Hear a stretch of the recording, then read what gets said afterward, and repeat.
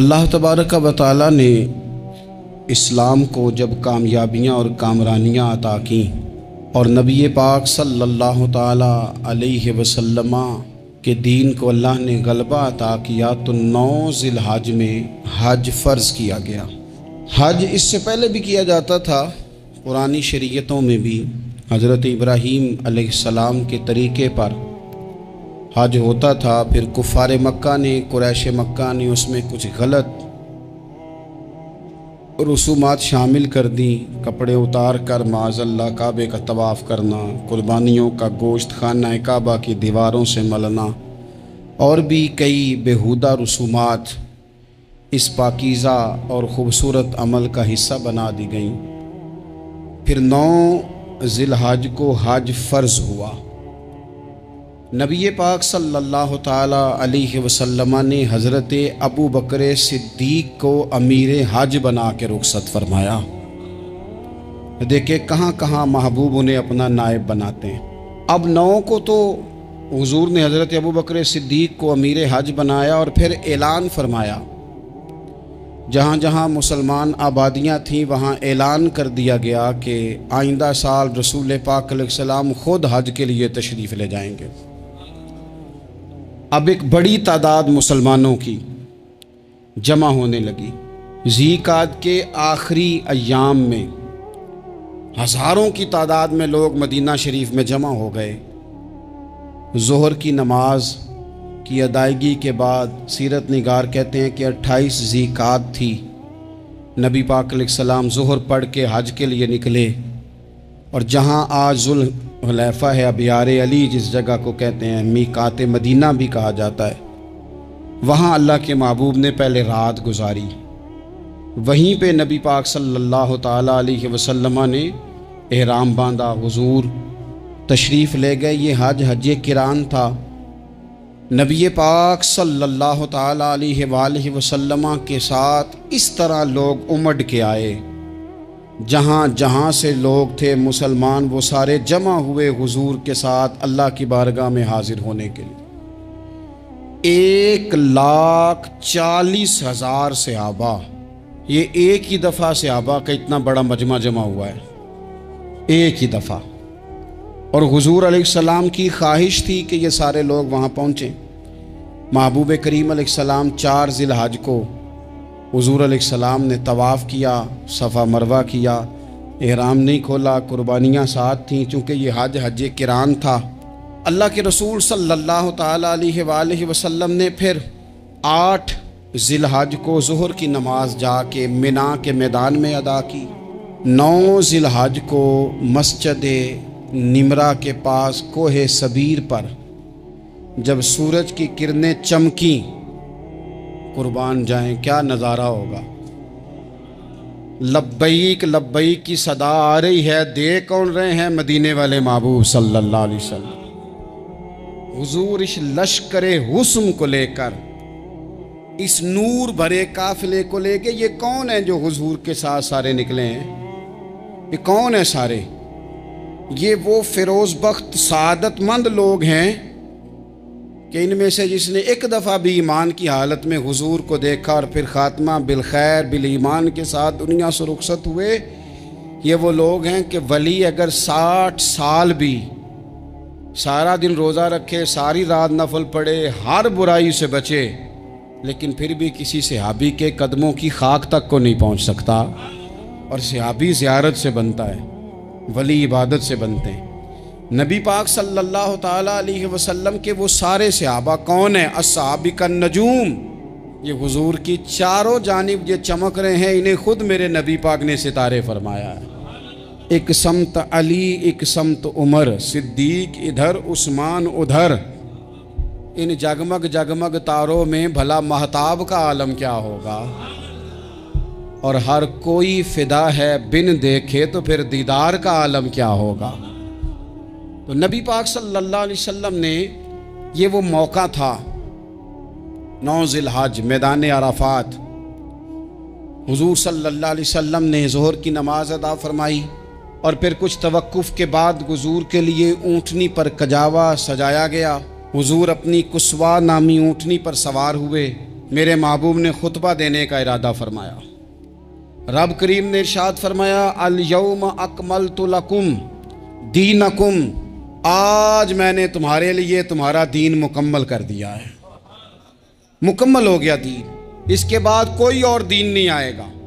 اس آیت نے بتا دیا کہ حضور آخری نبی ہیں، دین مکمل ہو گیا، اب کسی اور پیغمبر کی، رسول کی، دین کی، کتاب کی ضرورت باقی۔ آج میں نے تمہارے لیے تمہارا دین مکمل کر دیا۔ اور کیا خوبصورت لفظ ہیں قرآن پاک میں، فرمایا وَأَتْمَمْتُ عَلَيْكُمْ نِعْمَتِي، اور آج میں نے تم پر اپنی نعمتیں تمام کر دی ہیں، نعمتیں مکمل کر دی۔ وَرَضِيتُ لَكُمُ الْإِسْلَامَ دِينًا، اور اللہ فرماتے ہیں میں نے تمہارے لیے دین اسلام کو پسند کیا ہے، یہ میری رضا ہے، یہ دین اسلام تمہارے لیے پسند کیا ہے۔ کوئی بندہ ساری زندگی مخلوق کی خدمت کرے، ساری زندگی رستوں سے کانٹے اٹھائے، ساری زندگی خیر کا کام کرے، کسی کو تکلیف نہ دے، لیکن اگر مسلمان نہیں نا، اگر کلمہ نہیں نہ پڑھتا، تو اس کی ساری عمر کی خیر بھی کسی کام کی نہیں۔ اس لیے کہ رب فرماتا ہے جڑ دین اسلام ہے، جڑ ہوگی تو پھر شاخیں قبول کی جائیں گی نا، تو اگر جڑ ہی سرے سے نہیں ہے تو خیر کرنے کا معنی۔ کچھ لوگ کفار کی، مشرکین کی تعریف کرتے ہیں کہ جناب بلے بلے اتنے ویلفیئر کام ہو رہے ہیں، تو یاد رکھو سب سے ضروری جڑ ہے۔ قرآن پاک میں رب تعالیٰ نے منافقین، مشرکین اور کفار کے اعمال کی بنیاد اس طرح کی بتائی ہے کہ جس طرح پتھر پر تھوڑی گرد پڑ جائے، ذرا ہوا کا جھونکا ہے یا بارش آئے تو پتھر صاف کا صاف ہو جاتا ہے، ان کے اعمال اس طرح کے ہیں۔ اس خیر کا کیا مطلب کہ جس خیر میں ایمان ہی شامل نہیں؟ جب تک بندہ مومن نہ ہو اس کا کوئی عمل بھی اللہ کی بارگاہ میں قابل قبول نہیں ہوتا۔ یہ آیت نازل ہو گئی، فرمایا دین مکمل ہو گیا۔ او میرے بھائیو، خدا را سوچو، کوئی شے مکمل نہیں دنیا میں، کوئی شے بھی۔ کروڑوں کا مکان بنا لو پھر بھی کوئی نہ کوئی نقص نکل ہی آتا ہے، کوئی دنیا میں شے مکمل ہے ہی نہیں۔ اگر کوئی شے مکمل ہے تو وہ مدینے والے رسول کا دین مکمل ہے۔ مکمل، جب ہم کہتے ہیں نا مکمل دین، تو لوگ سمجھتے ہیں تو شاید سادی سی بات ہے، یہ وہ والی بات ہے جو دنیا میں کہیں نہیں پائی جاتی۔ جب یہ آیت نازل ہوئی تھی نا، بخاری میں موجود ہے، ایک بہت بڑا یہودیوں کا عالم حضرت عمر فاروق رضی اللہ تعالیٰ عنہ سے کہنے لگا یہ جو تم پر آیت نازل ہوئی ہے نا کہ دین مکمل ہو گیا، یہ اگر ہم پر نازل ہوتی نا تو جس دن یہ آیت نازل ہوئی ہوتی ہم نے ہر سال اسی دن کو عید بنا لینا تھا کہ دین مکمل ہو گیا۔ الیوم اکملت لکم دینکم، دین مکمل ہو گیا، ہم تو عید بنا لیتے۔ تو حضرت عمر کہنے لگے ہم پر بھی بڑا فضل ہے، جس دن آیت نازل ہوئی تھی عرفہ کا دن بھی تھا اور جمعے کا دن بھی تھا، ایک نہیں دو عیدیں تھیں مسلمانوں کی، دو عیدیں تھیں مسلمانوں کی، دو۔ عزیز بھائی، دین مکمل اللہ نے دیا۔ اور حضرت عبداللہ ابن عباس رضی اللہ تعالیٰ عنہ نے تو ایک مقام پہ اس کا ذکر بھی کر دیا، جب ان سے کسی یہودی نے کہا نا یہ آیت ہمیں ملتی تو ہم عید مناتے، تو فرمایا تم ایک مناتے نا، ہماری دو تھیں اس دن۔ جمعہ بھی تو مسلمانوں کی عید کا دن ہے نا۔ بہت سارے لوگ ہیں بیچارے جو کہتے ہیں اسلام میں عیدیں صرف دو ہیں، اور وہ بھی صرف پریشانی انہیں عید میلاد النبی والے دن ہوتی ہے، اس کے آگے پیچھے نہیں ہوتی۔ حالانکہ نبی پاک علیہ السلام نے کہا ہر جمعہ بھی عید ہے، خود حضور نے فرمایا، لیکن وہ اڑ جاتے ہیں کہ نہیں عیدیں صرف دو ہی ہیں۔ بھائی آپ یہ کہہ سکتے ہیں کہ اسلام کی معروف عیدیں دو ہیں، اپنے معنی اور مفہوم کے لحاظ سے جس کو یوم عید کہا جائے وہ عیدیں دو ہیں۔ تو نبی پاک صلی اللہ تعالیٰ علیہ وسلم نے میدان عرفات میں خطبہ دیا۔ یہ جو واعظ و نصیحت ہے نا، خطبہ، تقریر، یہ دنیا کر رہی ہے، کرتی رہے گی، کرتی چلی آئے گی، اور اس کو میرے نبی پاک علیہ السلام نے پسند فرمایا۔ خیر کی بات کرنے والے کو حضور نے دعا دی، محبوب فرمانے لگے اللہ جو میری حدیثیں یاد کر کے آگے پہنچائے اس کے چہرے کو تر و تازہ رکھنا۔ یہ ابلاغ دین بہت بڑی بات ہے اگر کوئی خلوص نیت سے کرے، لیکن کائنات ارضی میں وہ جو حضور کا خطبہ حجۃ الوداع ہے، وہ دستور ہے، وہ منشور ہے۔ انسانی حقوق پر اس سے بڑا چارٹر نہ پہلے کبھی تھا نہ قیامت تک دوبارہ بن سکتا ہے۔ اس کو خطبہ حجۃ الوداع کیوں کہتے ہیں؟ ایک تو مطلب یہ کہ حضور نے یہی آخری حج کیا، اور دوسری بات یہ تھی کہ اس خطبے کے تھوڑے ہی عرصے بعد میرے نبی پاک نے وصال ظاہری فرمایا، اور اس خطبے کو رسول پاک صلی اللہ تعالیٰ علیہ وسلم نے شروع کہاں سے فرمایا؟ یہ خطبہ دیکھیں شروع کہاں سے ہو رہا ہے۔ انسان دنیا میں ملتا بھی ہے، جدا بھی ہوتا ہے، یہ جو جدائی کا وقت ہوتا ہے نا، جدائی کا، شاید بڑی سوچ سمجھ کے کہا تھا حضرت میاں صاحب نے، بڑی غور کر کے انہوں نے کہا تھا کہ دریا کنڈے روخ نہ لائیے، جو آوے روڑ جاوے۔ آپ میدان میں درخت لگاتے ہیں تو کبھی پھل گرتا ہے تو زمین پہ گرتا ہے، اٹھا لیتے ہیں۔ اگر دریا کے کنارے ہو تو وہ تو دریا میں گرے گا اور روڑ جائے گا، چلا گیا، بہہ گیا۔ فرمانے لگے دریا کنڈے روخ نہ لائیے، جو آوے روڑ جاوے، تے پردیسی نال نہ یاری لائیے، او دا جدوں دل کرے ٹر جاوے، وہ تو چلا جاتا ہے۔ یہ خطبہ شروع کہاں سے ہو رہا ہے؟ یعنی ابھی آغاز کلام ہے، بات آگے آئے گی، آغاز کلام ہے۔ میں کہہ چکا ہوں ولی شاید عبادت کر کے بنے، تقوی اختیار کر کے بنے، ولی اللہ کی حرام کردہ ہر شے سے اجتناب کر کے بنے، وہ جس میں شبہ ہے اس سے بھی بچے تو پھر ولی بنے۔ لیکن صحابی تو حضور کی زیارت سے بنتا ہے نا، نبی پاک کی زیارت سے بنتا ہے، اور صحابہ تو وہ صحابہ تھے جن کی ہر صبح عید ہوتی تھی، خدا کا قرب حاصل تھا، نبی کی دید ہوتی تھی۔ وہ تو اس طرح کا ماحول تھا کہ نبی پاک نے فرمایا حضرت ابو ہریرہ سے یہیں بیٹھے رہتے ہو، تھوڑا ذرا کبھی کوئی کام بھی کر لیا کرو، وقفے سے ملنے سے محبت بھی بڑھتی ہے۔ تو حضرت ابو ہریرہ اٹھے اور ستون کے پیچھے سے ہو کے واپس آ گئے۔ فرمایا آ گئے ہو؟ عرض کی حضور دل ہی نہیں لگتا تو جائیں کہاں؟ وہ جو حضور سے آ کے کہتے تھے نا یا رسول اللہ صلی اللہ علیہ وسلم، حضرت ثوبان بن مالک، حضور نے فرمایا پریشان دکھائی دیتے ہو؟ کہا یا رسول اللہ ایک بات پریشان کرتی ہے۔ کہا وہ کیا؟ عرض کی حضور دل بے چین ہوتا ہے تو زیارت کو آ جاتا ہوں، آج ایک عجیب خیال آیا ہے، عجیب خیال آیا ہے، اور اس نے عجیب رنگ طبیعت میں بھر دیا ہے۔ فرمایا تمہیں کیا خیال آیا؟ عرض کی یا رسول اللہ صلی اللہ علیہ وسلم آج خیال آیا ہے کہ ثوبان ہے تو حضور کا غلام ہے، جنت تو حضور کے صدقے ملے گی، لیکن یہ ہے کہ حضور تو ہوں گے نا نبیوں کے ساتھ، تجھے ملے گی پر ملے گی تو غلاموں کے محلے میں نا۔ دل میں خیال آیا کہ وہاں زیارت بھی ہوگی کہ نہیں؟ او جنت میرے کس کاری جتھے یار نظر نہ آوے، زیارت بھی ہوگی کہ نہیں؟ حضور کی بارگاہ میں جب حضرت ثوبان نے عرض کی تو رب کریم نے فرمایا محبوب جو تیری اور تیرے رب کی اطاعت کرے نا، اولئک انعم اللہ علیہم من النبیین والصدیقین والشہداء والصالحین، فرمایا ان کو اللہ نبیوں کے، صدیقین کے، شہداء اور صالحین کے ساتھ ہی جنت میں اکٹھا فرمائے گا، وہ اکٹھے رہے۔ تو جن کو تو جنت میں بھی حضور کی زیارت کے بغیر چین نہیں تھا، ان کو حضور نے خطبہ حجۃ الوداع شروع کرتے وقت پہلا جملہ پتہ کیا کہا؟ حضور اونٹنی پہ ہے، احرام باندھا ہوا ہے، 1,40,000 کم و بیش غلام سامنے کھڑے، عرفات کا میدان۔ محبوب فرمانے لگے پہلا جملہ، جو درد والے تھے وہ تڑپ گئے، یہ سارے درد والے تھے لیکن کچھ زیادہ مزاج شناس تھے۔ محبوب نے پہلا جملہ کہا، حضور فرمانے لگے لوگو جس طرح آج اکٹھے ہوئے ہیں شاید اس کے بعد دوبارہ ہم اکٹھے نہ ہوں۔ پہلا اعلان ہی کر دیا کہ یہ تمہارے ساتھ جو آج خطبہ ہے نا، اس میں اشارہ دے دیا کہ دوبارہ نہیں جمع ہوگے، اگلا حج نہیں کرنا، بس ختم ہوئی بات۔ یہ آخری پہلی بات ہی حضور نے یہ بیان کی۔ اب وہ اتنے دل نرم ہو گئے حضور کی بات سن کے، آنکھوں میں آنسو اس طرح آ گئے، طبیعت کا ملان اتنا بڑھ گیا کہ ہر ایک کا دل کشکول بن گیا، ہر طرف سے آہیں اور سسکیاں ہیں کہ حضور کے وہ جملے یوں صحابہ لے رہے تھے جب آپ سے کوئی کہہ دے کہ بھئی بس بھئی یہ وقت بس آخری ملاقات کا ہے، تو پھر انہوں نے وہ تو حضور کی ہر بات ہی توجہ سے سنتے تھے، پر یہاں جو انداز بن گیا وہ انوکھا بن گیا۔ فرمایا شاید دوبارہ ملاقات نہ ہو۔ پھر میرے کریم محبوب صلی اللہ تعالیٰ علیہ وسلم نے فرمایا جس طرح تمہارے لیے یہ شہر حرمت والا ہے، مکہ حرمت والا ہے نا، ایک نیکی کرو تو مکے میں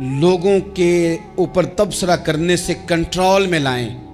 کچھ چیزیں ایسی، میں مختلف شہروں میں جاتا ہوں، جس شہر میں گئے وہاں لوگوں نے یہ کہا جناب یہاں جو مولانا ہے نا، بعض لوگ یہ باتیں بڑی چسکے لے کے سنتے ہیں، یہاں جو مولانا ہے نا وہ کچھ نہیں کرتے، آپ بڑے اچھے ہیں، یہاں جو پیر صاحب ہیں وہ بڑے گڑبڑ ہیں، آپ بڑے اچھے ہیں۔ تو میں ان سے کہتا ہوں کہ میں اس لیے اچھا ہوں کہ میں تھوڑی دیر کے لیے آیا ہوں، میں نے چلے جانا ہے۔ اور دوسری بات یہ کہ مجھے آپ جتنا مرضی اچھا کہہ لیں، میں نے رخصت ہو جانا ہے 2-3 گھنٹوں کے بعد۔ یہاں جس آدمی کا آپ شکوہ کر رہے ہیں نا، آپ اس کو جنازے کے لیے خبر کریں نہ کریں، اسے پتہ چل گیا نا محلے میں جنازہ ہو گیا، تو اسے کوئی کام بھی ہوا تو اس نے کہنا یار نہیں محلے میں فوتگی ہوگی، میں نے جنازہ پڑھانا ہے، اس نے جانا نہیں۔ تو کمزوریاں تو سب جگہ ہوتی ہیں، لیکن ان کمزوریوں کی وجہ سے آپس میں بغض پیدا کر لیا جائے گا۔ اور پھر کمال بات ہے نا کہ اپنی ساری کمزوریوں سمیت اپنے آپ سے پیار ہے، اپنے آپ سے محبت ہے، اور دوسرے کی ایک کا پتہ چل جائے تو ہمیں گھن آنے لگ جاتی۔ تو حضور نے خطبہ حجت الوداع کے موقع پر یہ بات ارشاد فرمائی۔ دوسرا حضور نے فرمایا لوگوں یاد رکھنا،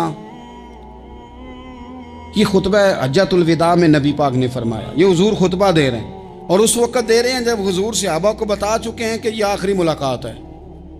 جو دور دراز سے آئے ہیں ان کو بتایا ہے کہ یہ میری تمہاری جو مجلس ہے، جو محفل ہے، جو تم سے بات ہو رہی ہے، یہ آخری ہے۔ محبوب فرمانے لگے لوگوں یاد رکھنا قیامت قائم ہوگی۔ ان جملوں کا حسن ملاحظہ کر لیں۔ فرمایا قیامت قائم ہوگی، تم اپنے رب سے ملاقات کرو گے، اور فرمایا تمہارا رب تم سے تمہارے اعمال کے بارے میں پوچھے گا۔ یہ خطبہ حجت الوداع میں کریم نے فرمایا۔ صبح تم اٹھے، کیا عمل کیا؟ اللہ پوچھے گا۔ کسی سے ملاقات ہوئی، طرز کیا تھی، سوچ کیا تھی؟ اللہ پوچھے گا۔ لین دین میں کیا معاملات تھے، تمہارے اعمال کے، اللہ سے ملاقات ہوگی، وہ کھڑا کر کے پوچھے گا۔ اور حدیث میں کئی جگہ پہ حضور نے فرمایا وہ تم سے سوال کرے گا، تمہیں جواب دینا ہے۔ میرے عزیز بھائیوں، تیار رہنا چاہیے، تیار۔ ہم نا منت کرتے ہیں آخری دن ہو نا، تنخواہ دار لوگ کہتے ہیں یار یہ آخری ایام چل رہے ہیں، کوئی خرچہ نہ بتاؤ، اس لیے کہ حساب کے متھے لگنا ہے۔ آخری دنوں میں، بجٹ کے دنوں میں لوگ پریشان ہوتے ہیں کہ حساب دینا ہے۔ جب رب سے ملاقات کریں گے اور وہ حساب مانگے گا، کتنا مشکل کام ہے۔ اور ایک مقام پہ حضور نے فرمایا جس سے اللہ نے حساب مانگا وہ تو الجھ گیا، دعا کرو وہ حساب مانگے ہی نہ، بے حساب ہی بخشش فرما دے۔ نبی پاک صلی اللہ تعالیٰ علیہ وآلہ وسلم نے ارشاد فرمایا اسی خطبہ حجت الوداع میں، حضور فرمانے لگے سن لو، میں نے تم تک اللہ تعالیٰ کا پیغام پہنچا دیا ہے۔ اب جس شخص کے پاس امانت رکھی ہو اس پر لازم ہے کہ وہ امانت اس تک پہنچا دے جو اس کا مالک ہے۔ ہم بہت سارے لوگ ایسے ہوتے ہیں، ہمارے پاس امانتیں ہوتی ہیں، کچھ بھی نہ ہو تو کچھ لوگوں کے راز کی امانت ہوتی ہے، کچھ بھی نہ ہو تو کچھ لوگوں کی باتیں ہم تک پہنچ جاتی ہیں، وہ راز ہوتا ہے، وہ امانت ہوتی ہے۔ مجلس کی گفتگو بھی امانت ہے، لیکن ہم امانتوں کا خیال نہیں کرتے، خیانت ہو جاتی ہے۔ بہت محتاط ہو کر اپنی زندگی میں امانتوں کا خیال کیا جائے۔ یا ایھا الذین آمنوا لا تخونوا اللہ والرسول وتخونوا اماناتکم وانتم تعلمون۔ اللہ فرماتے ہیں ایمان والو، نہ رب سے خیانت کرنا، نہ رب کے رسول سے خیانت کرنا، نہ آپس میں ایک دوسرے سے خیانت کرنا، جانتے بوجھتے ہوئے یہ کام نہ کرنا۔ وانتم تعلمون، جانتے ہو، تمہیں پتہ ہے۔ کبھی بھی بددیانتی کا مظاہرہ نہ کریں اپنی زندگی میں، کبھی بھی۔ اور یہ بھی یاد رکھ لیں، بچوں کو کیا پتا کہ ہمارا ابا حلال لا رہا ہے کہ حرام لا رہا ہے؟ آپ لا رہے ہیں نا، تو وہ تو بیچارے بھولے پن میں کھا رہے ہیں، تو حساب آپ نے دینا ہے۔ جنہ لی تو پاپ کمائے ہن کتھے نہیں ہو تیرے کر دے، بلانا۔ تو بچوں کا تو یہ معاملہ ہے بھائی، اللہ ماشاءاللہ کہ وہ وقت پہ ہی، شادی کے 10-15 دن کے بعد ہی ان کو پیغام مل جاتا ہے کہ اگر ہمارا علیحدہ گھر ہو تو میں مرضی سے سجاؤں، تو میں مرضی سے سنواروں، تو میرا کوئی مطلب اپنا سلسلہ ہو، تو بڑے ٹائم پہ ساری باتیں شروع ہو جاتی ہیں، وہ تو معاملہ ہی بالکل اور ہے۔ تو بالکل کسی بھی امانت میں کبھی بھی خیانت کرنے کی کوشش نہ کریں، اور یاد رکھیں مال حرام جہاں آتا ہے وہاں بڑی تباہی آتی ہے۔ جہاں لوگ بددیانت ہو جاتے ہیں وہاں معاملات بڑے خراب ہو جاتے ہیں۔ اللہ تبارک و تعالیٰ دیانتداری کی توفیق عطا فرمائے۔ حضور نے خطبہ حجت الوداع کے موقع پر فرمایا میں نے آج جاہلیت کے سارے سود ختم کر دیے، نبی پاک میدان عرفات میں کھڑے ہو کے فرمانے لگے جس بندے نے بھی کسی سے پیسے لیے ہیں وہ اصل رقم دے گا، زائد نہیں دے گا۔ حضور کے بڑے قریبی تھے ایک، فرمایا انہوں نے بھی کچھ لوگوں سے پیسے لیے ہوئے، چونکہ وہ سب لوگ کرتے تھے، حرام ہی نہیں تھا۔ فرمایا میں ان کو بھی حکم دیتا ہوں کہ یہ اصل رقم وصول کریں گے، کسی سے ایک پائی بھی زیادہ وصول نہ کریں گے۔ نبی پاک صلی اللہ تعالیٰ علیہ وسلم نے خطبہ حجۃ الوداع میں ایک باریک بات حضور نے بھی، یہ آپ نے ضرور سمجھنی ہے، بالخصوص جو لوگ تھوڑا دین پر عمل کر رہے ہیں، جن کا لبادہ مذہبی ہو گیا، جنہیں لوگ حضرت صاحب، قاری صاحب، علامہ صاحب، مفتی صاحب، حاجی صاحب، بزرگوں کہہ کے بلاتے ہیں، وہ اس پر توجہ کریں۔ میرے نبی پاک صلی اللہ علیہ وسلم نے خطبہ حجۃ الوداع کے موقع پہ ارشاد فرمایا، لوگو شیطان اب مایوس ہو گیا ہے، وہ تم سے بتوں کی پوجا نہیں کرا سکے گا، ہاں وہ تمہیں چھوٹے چھوٹے گناہوں میں مبتلا کرے گا، وہ تم سے چھوٹے چھوٹے عیب کرائے گا، تم سمجھو گے یہ تو غلطی کوئی نہیں، فرمایا اس سے بچ کے رہنا۔